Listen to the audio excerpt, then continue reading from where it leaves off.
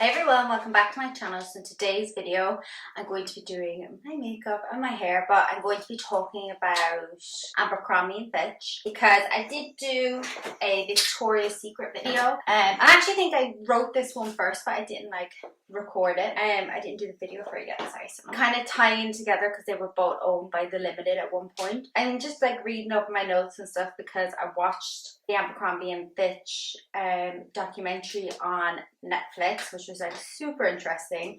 I also did watch a YouTube video on it, and yeah, so I've kind of got a lot of information to give out. So I'm trying to do it in a timeline, but my notes are so jumbly, and I've tried fixing them, and I can't read some of my writing. So yeah, little disclaimer: all this information is stuff I've read on Google. I've just found off documentaries, I found off other YouTube videos, and if there's any other important links, I'll put them down below. Everything is allegedly, because a lot of it didn't go to court or anything like that, but it's all important and reference to the video.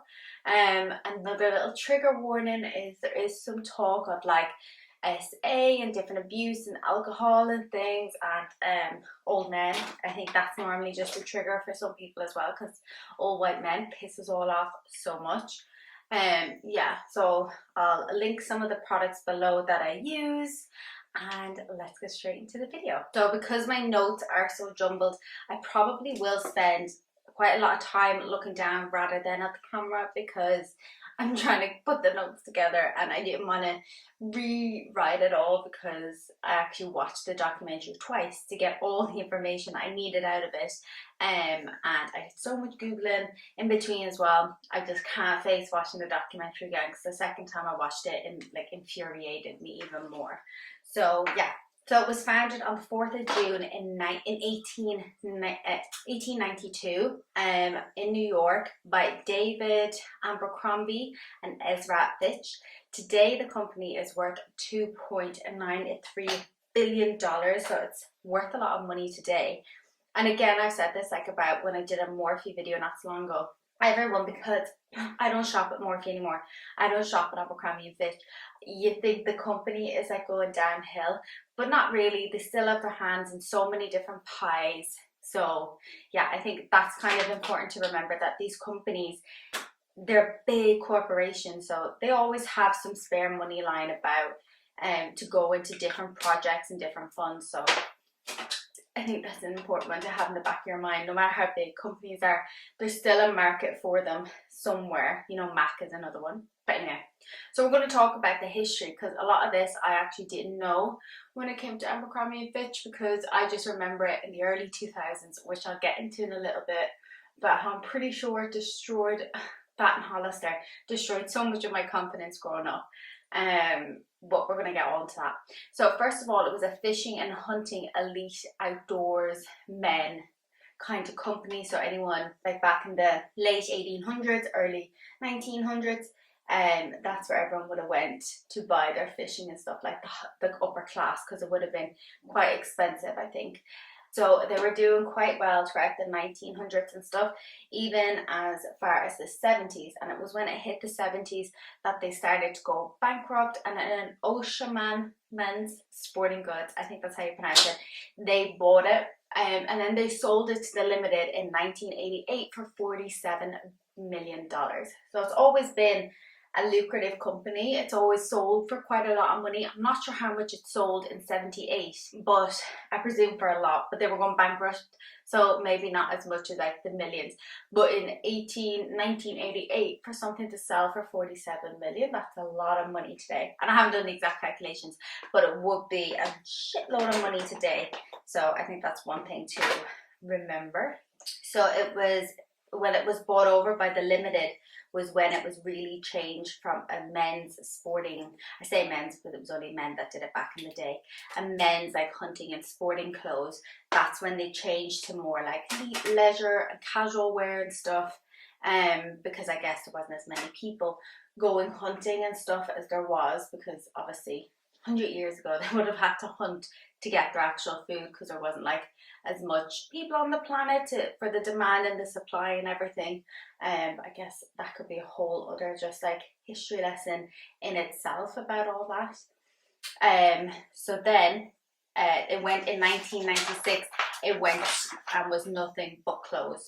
So Les Wexner, as I spoke about before in my Victoria's Secrets video, he was the owner of The Limited, or one of the owners, but he's like the most famous one because he's such a douchebag. And yeah, so I'm not going to talk anymore about him because I'm compiling a whole video about him. I'm pretty sure he's still in like some lawsuits and stuff at the moment. So trying to get all the information is really hard because a lot of it hasn't fully happened yet because he's still going through lots of legal battles, and I really hope we can get it all out soon and figure out a whole detailed video about that. But I might do like a part 1 and a part 2 just because there's so much already about him. You don't really need to wait. He's in so many dodgy things. So then in 1992, Mike Jeffries became the CEO, and he also left the company in 2014, which we'll jump to in a couple of minutes. So yeah, Mike Jeffries, just like a bit of a creep, I think. Yeah, so when he came on board, he like completely changed the image of what Abercrombie and Fitch was, because before him, it was a sporting good. It had to be very like manly and men holding guns and rifles and swords to go out hunting and like fishing rods and stuff.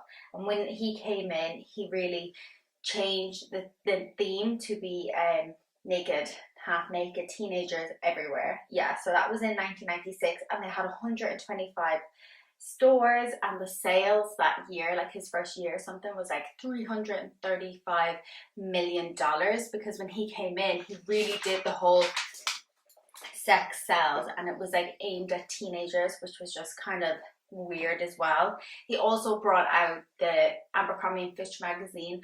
I don't remember this magazine coming out. I kind of remember the Victoria's Secret one, but I don't remember this one coming out. And I think because when it was a thing, like Abercrombie and Fitch, when I was like a teenager, I always felt like I was too big for it because I was probably like going to be in the medium or the large, but they really marketed it to a size small or a size extra small at the time. So unless you were that size, personally, I didn't feel comfortable in their clothes because I always felt like I was out of place and I shouldn't be in it, just because of all like the ads and everything. So yeah, and I actually did read an article that did a study about Abercrombie and Fitch, just how people that couldn't wear their clothes back in the day, how it's affected like self-esteem of like people my age, because I'm 26 today, so maybe my age to like maybe like 35, 40, how it's affected people of my age group as well, which I think would be really correct. Also, if you look at like some of the magazines, like I might put photos up on the screen, but if you look at some of the photos from the magazine, there's no clothes in them. And it's really weird because it's like this guy's running around being naked in forests and stuff, and I'll be talking about the photographer. See what I mean? I think I'm jumping a bit back and forth. I hope I'm getting it all out. And in the documentary, it was really interesting because it was such a big thing at the time, like when everyone was in like high school and stuff. I think it was like kind of like a status symbol if you had Abercrombie and Fitch. So people would get the shopping bags, like the paper bags that you would get in the stores, and they had like the male models on them and stuff. People would put them in their lockers in school, and it was just like something to really admire and look up to. And if you were walking around like with a Hollister or Abercrombie Victoria's Secret bag in the early 2000s with a Starbucks in your hand, like you were the envy of anyone that you passed. And it's so true.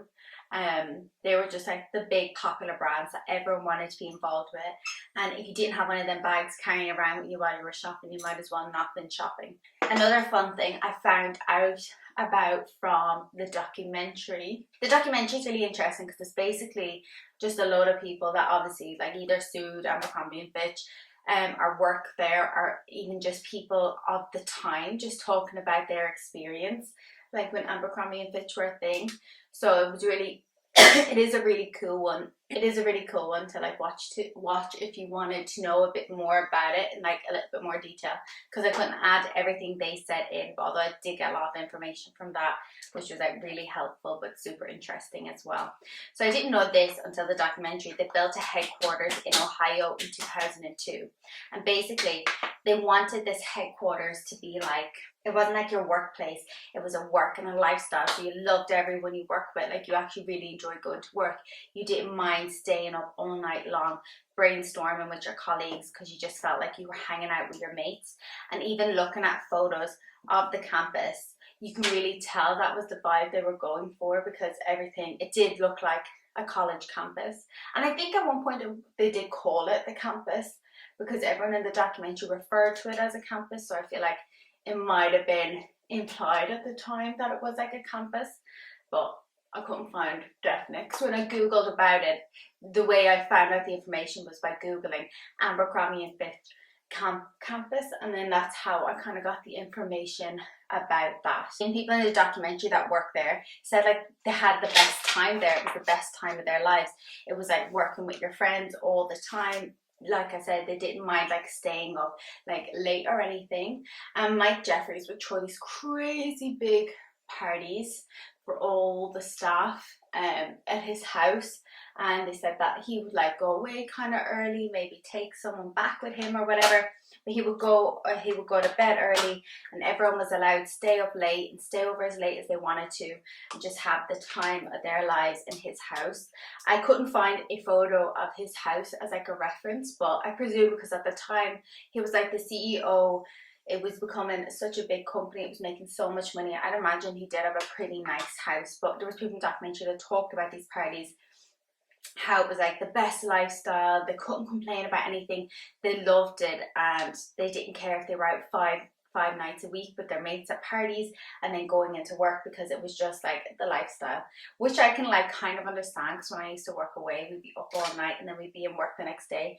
But you didn't really mind because you were just kind of hanging out with your friends all the time, and you just enjoyed like your company. So I kind of get why that would be the lifestyle. And as well, if it's like all like early 20s to mid 20s, you wouldn't mind that as your lifestyle, because you're probably not planning on having kids, you mightn't want to like fully settle down yet. So I think it makes sense from all these point of views that he had the best system set up for everyone. So the next person I'm going to talk about, it's quite hard to go in chronological order because so many people dabble in and out of the company, but Bruce Webner. So he's like an old man now, he's in like his 70s, but he's like a fashion photographer, or he was, and he worked with brands like Revolve, Calvin Klein, Ralph Lauren, Vogue, GQ. He was like the it guy, and he also did the Bean Pond book. And when I googled it, I think I couldn't actually find the exact answer, but I think it was like a gay guy book, because it just had like naked men or just like men's bodies in it. So I think, and there was someone in the documentary that was like, every gay man has a copy of this book, so that's why I think it was. Although you could, if you're a girl and you want to look at like hot guys' bodies, you buy it too. But just from the documentary, from the impression that I got, it was more of a book for kind of gay men. So he was the guy that directed the videos. So if you like YouTube these videos now, I don't know how anyone back in the day didn't realize that potentially, and Bruce, that potentially the people that were ahead of this, although it was meant to be like this big macho company, you know, you have to be like a hot guy, it's very gay to look at today. Like if you go back and you look at these videos, you look at the photos, you look at the posters, it's very gay. It looks like it would be a shop for gay men if it was open today. That's what it would be. So it's funny that no one put two and two together. But Bruce Webner has come out saying that he's not gay, he's not attracted to men. But in the documentary, there was loads of the male models, because there was like the cover, the main like a washboard abs model, he was on there. There was other guys that were on there, and they all spoke about different times when he would try get with them, and if and when they said no, their jobs would be cut, and you know, would affect their future working at Abercrombie and Fitch. But some of them it didn't, they could continue on, but others like complained and said that that was the reason they stopped working there. They stopped getting as many jobs.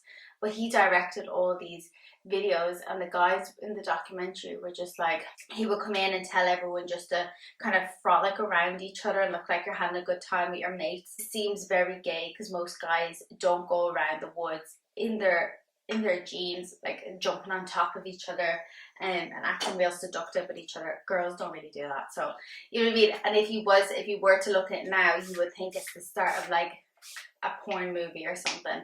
So I don't understand how they could market it so well back in the day, but without making it so obvious. But Mike Jeffries has come out gay since like all this has come about. But at the time he was married and denied it and stuff. But yeah, he would get people to pose nude or like next to nude.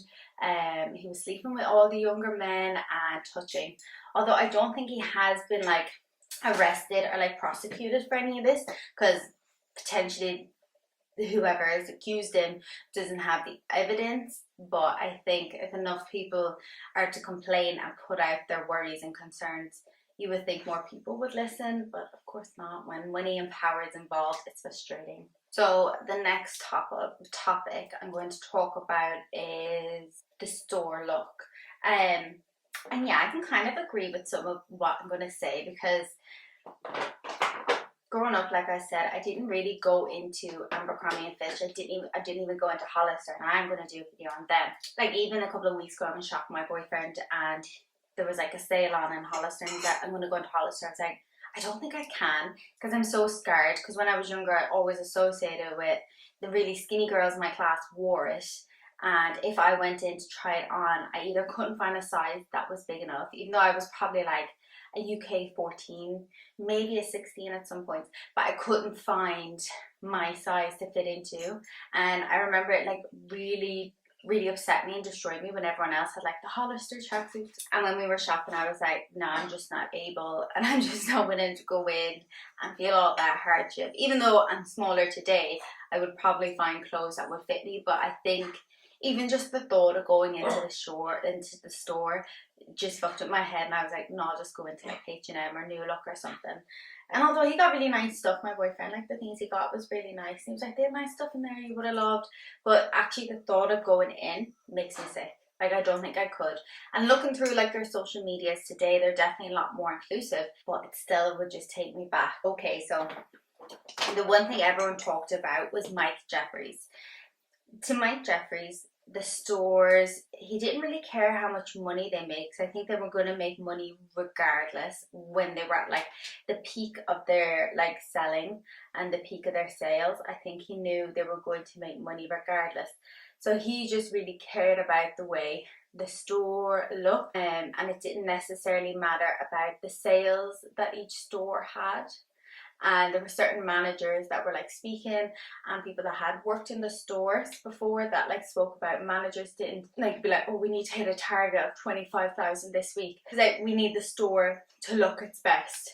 And he would like do surprise visits. He would do surprise visits into the store, and it was also because it was all about the look of the store. Unless you were American Girl Next Door or Boy Next Door look, so as in natural beauty with maybe a few freckles, blonde hair, blue eyes, or like long dark hair, small body, white. And same with the guys, if you were darker toned or different race or different ethnicity, I can't pronounce the word. So let's say you were like Hispanic, or you were Muslim, or you were from somewhere in Asia or something, you could work in the store because technically they had to allow you. But if it was the day that like Mike Jeffries was coming in, it'd be like, no, you had to be in the back, or that was your day off. And there was one girl in the documentary, I don't think I wrote down her name, but she was darker toned. I wouldn't have said like she was like dark black, and I probably wouldn't have said she was black. She would have just looked quite tan to me to look at.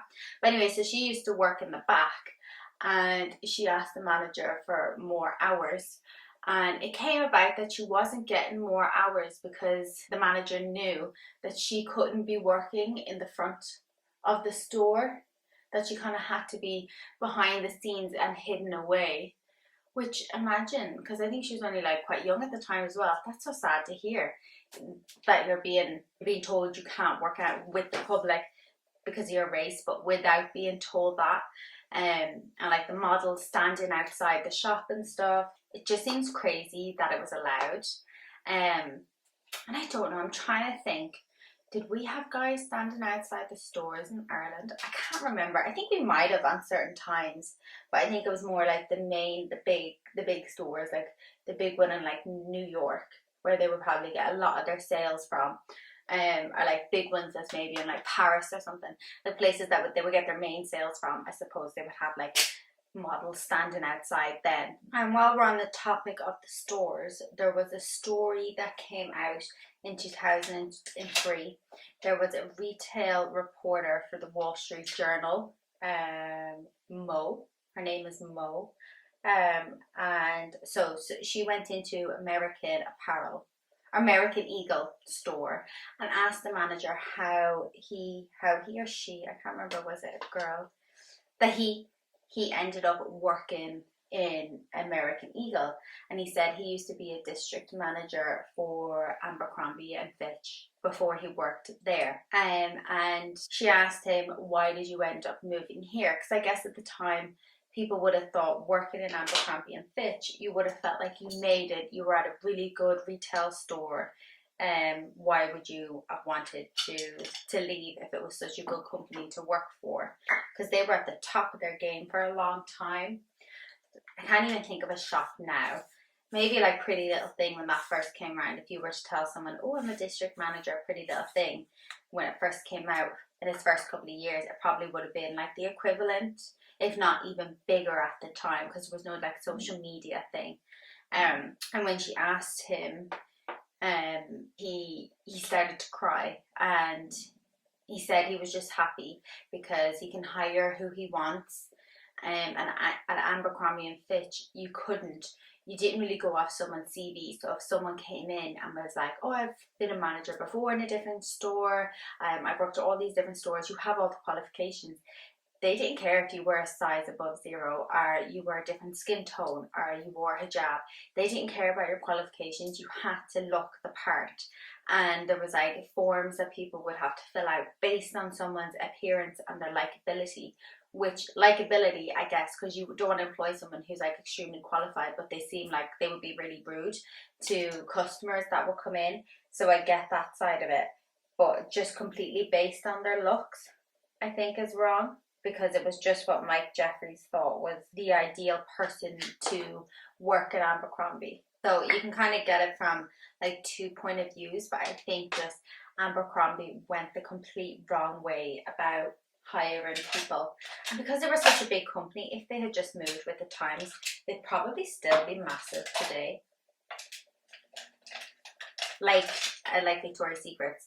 But then, like I said in that video as well, it's kind of like, do you want them to move just for the sake of moving with the times, or because they actually want to, you know? But maybe if they did move with the times, it wouldn't have affected me so much as like a young girl at the time. Then there was like an issue with t-shirts as well. Basically, logo t-shirts became such a popular thing. Everyone wanted to wear logo t-shirts, and I think they're quite big at the moment as well. Like I've just ordered a few off Pretty Little Thing. It didn't matter what was on the t-shirt, people would buy them. They never really paid any attention as to what was on the t-shirt, whether it was racially, or it was like inappropriate against like some culture or whatever. People didn't care. They just bought the t-shirt. So there was the angry Asian man who is an Asian blogger, American Asian or Asian American blogger, and there was Phil his name was, or is, and he talked about t-shirts that were like, they were selling. So it was like 2 wrongs don't make it right, and there was another one more for the road, and they had like buck teeth, and they had like squinty eyes, and I think it was just the way how Americans would perceive Asians. Because if you look back on different Disney characters, if you look back on just different cartoons, ads, even if it was like an Asian product, if it was being sold in America or around the world, it was giving Asian people a stereotype that they were kind of silly or dumb, and they weren't fully with it, had bad teeth, and of course their eyes, which is just super racist to do. He was just on the documentary talking about it. So people protested to remove the product.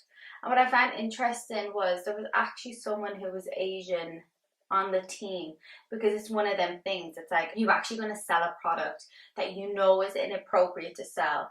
I mean, if you say something like that, you know it's wrong, that what you're saying. There was someone Asian on the team, and apparently he had said it was fine, it was okay, you can put that on the t-shirt, but really, why would you put it on the t-shirt? I just think there's always someone in the team that has probably said that this is a bad idea, but they are just rolling with it because they know it will sell anyway. Because to the majority of people, it's a bit funny what it says when it's just super inappropriate. And Mike Jeffries, when this became such a big topic, they ended up pulling and removing all the t-shirts from like the warehouses, from in the stores, because no one wanted to buy them because they were obviously super inappropriate. So they did the right thing, they removed them from the stores. But Mike Jeffries came out saying that they're going to burn them all, or I don't know if he said this publicly or if it was just like it had come out, this is what he said. He's going to burn the t-shirts rather than donate them to like homeless shelters, or like repurpose some of the material or something, because he'd rather do that than donate it, because his products were only for cool kids. He just had this massive, Mike Jeffries, he just had this massive obsession with being a cool kid. I mean, I didn't look terribly into like his childhood or anything, but he just had a massive obsession with being one of the cool kids, looking young. He got a lot of plastic surgery done, and I just think he had such a big complex about wanting to be the young guy in the office that owned the company, when really he was just making it worse for everyone else around him. Instead of just bringing the company forward, he was holding them all back. So it was in 2003, Hollister was made, because it was kind of made for like pre-teens, I think at the time. It was kind of designed, but I'm going to do a different video on Hollister because I think it probably deserves one, and I didn't want to put it in here. So in 2006, Mike Jeffries did an interview, and he said they are an inclusive brand, and this is an inclusive brand. So he didn't hide the fact that he wanted only the cool kids to wear his clothes, only the young guys with the muscle, only the pretty American looking girls next door looking kind of girls. He never hid the fact of the people that he wanted to wear his product. And when he did this interview in 2006, no one batted an eyelid, no one thought anything of it. But it was in 2003 or 2013, it all came to light, and people started seeing this story again and started then to question him. And it came to light what he said, and only wanted thin, cool people to wear his clothes. And then there was a campaign to get rid of Mike Jeffries from the company for obvious reasons. And I just can't believe it took so long. I'm just going to do my inner corners. Now, so I think this is kind of like, I talked about all the really bad things of the company, and there's one more, well, there's a few more bad things, but that's kind of just like, I think, the rise of how they ended up dropping. Because when Abercrombie and Fitch first came around, like in the late 90s to early 2000s, like it was the it store. If you didn't have something from Abercrombie and Fitch, you wouldn't have gone places. You had to have one of their jumpers on. You had to have one of like the pantses that had the Abercrombie and Fitch logo on it. It was just such a staple for people to have like a plastic or a paper bag carrying around with them to go into the store and to shop around. It was just the thing. You could smell the stores from miles away. Like Abercrombie and Fitch, Victoria's Secret, Hollister, they were all owned by this one big umbrella, the Limited, and they just sold what they thought people and how women and how young men should dress and look, and that was the sex appeal, which was really weird because it was marketed to like teens, pre-teens and teenagers.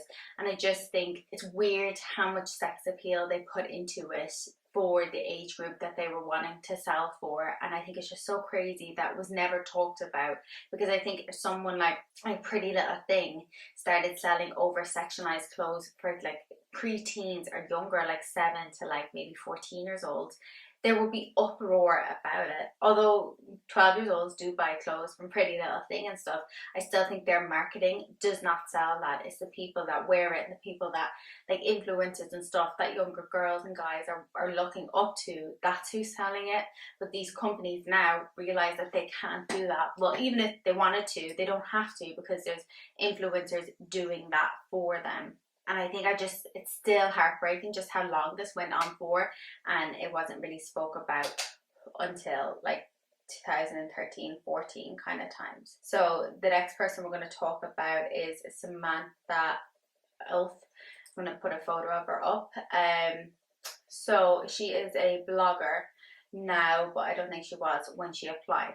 So she applied to work at Abercrombie Fitch in one of their stores, and she had a black headscarf on to cover her hair, and she was rejected because of her headscarf. And at the time it was like really big news, and the Council of American Islamic Relations made the story public because it was such a big deal. And then she was involved in a lawsuit, and she said at the time, she was like, she didn't realize how big it was getting until it got there. And she said she got so much support. She also got so much hate as well for it, because people were saying, you know, it's your own problem if you want to cover up and whatnot. But I think when it comes to someone's religion, it's such an important thing. Just respect it. It doesn't affect me. If you're going to be my employee and wear a headscarf in the shop, it doesn't affect the employer. So I just don't understand it from that point of view. I just think, just let people do what they want to do for their religion. And I think as well, she wasn't going to be like forcing it on anyone. So it actually went to the Supreme Court, which is obviously an extremely big deal. And Abercrombie Fitch had the cheek of coming out saying that her look would like affect their sales, which obviously it wouldn't. It was such a big brand at the time. I just don't understand why they didn't just come a little bit forward. Have a model wearing a headscarf. Have a model of a completely different race. Like, it would just look so much better for your image. But Mike Jeffries and Wes Lexner, they just had such an image of how the world should be and how everyone should perceive their company to be. And it's just so frustrating that they didn't just move with the times. So I got my lashes curled the other day, and I actually think they might be too curly to put false lashes on. So before I finish off this video, I'm going to quickly do my hair, and then I'm going to try put some lashes on, and then I'll come back just to close out the video. I got some So Sue Me Envy lashes and chopped them on the ends, and I think they turned out really well. I don't know if I'd actually leave the house like this, but I think it's turned out really cute actually. I've just put my hair up in some pigtails. But let's finish off the video. So in 2020, so very recently, Les Wexner stepped down because there was evidence of him being involved with Jeffrey Epstein. That Jeffrey Epstein would tell like women he would meet and like young girls that he could get them into Victoria's Secret, he could get them into like Abercrombie and Fitch and stuff. So yeah, so he was involved in that. So many models came out accusing him of sexual assault, and he signed his fortune away to Jeffrey Epstein before he stepped down, which is like really sus anyway. Why did Jeffrey Epstein have such a power over him? But I will talk about that in the video about Les Wexner, because there was so much information about him in the documentary and online about how Jeffrey Epstein has such a power over Les Wexner and over Mike Jeffries. That's really weird that he would have so much power over all these people, because no one fully knows the full story of Jeffrey Epstein or how he came about. So that's like a whole other deep dive in itself. And there was 2021, there is a whole load of lawsuits going on with different models, and there's a new CEO, and her name is Fran. And like I said earlier, when you look on like the Instagram and you look at campaigns and stuff, I think she is trying to make the company new. But I think for anyone who's probably in their mid-20s up, if you didn't wear Abercrombie as a teenager because of how it made you feel, you will never wear it. But there's a whole new generation of teenagers on like TikTok and stuff that all they need to do is get like Charlie D'Amelio to sign a contract with them, and or just wear one of their items of clothing to promote it, or Addison Rae. And they'll just have made it for the next generation, which I don't know is good or bad, because obviously the old ugly men that were involved are gone and they're no longer there. So, you know, we'll never really know. But I hope you enjoyed this video. Let me know what you think in the comments below. I really do like the way my makeup turned out the more I look at it. I do feel like my lashes are a bit too far out, but I don't know if there's anything I can do, because the way my lashes are curled, it's great without mascara and without lots of eye makeup, but with lashes it's kind of hard to do. But anyway, thank you so much for watching this video. Let me know what you think in the comments below, and also comment if there's a company or someone you want me to do a video about, and I'll see you in my next video.